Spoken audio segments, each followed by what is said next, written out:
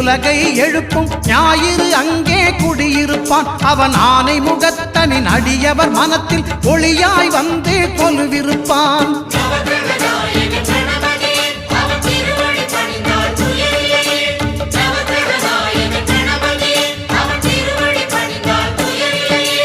ஒன்பது கோளும் ஒன்றாய் காண அங்கு கற்பகம் என்னும் கடவுளின் மெய்யில்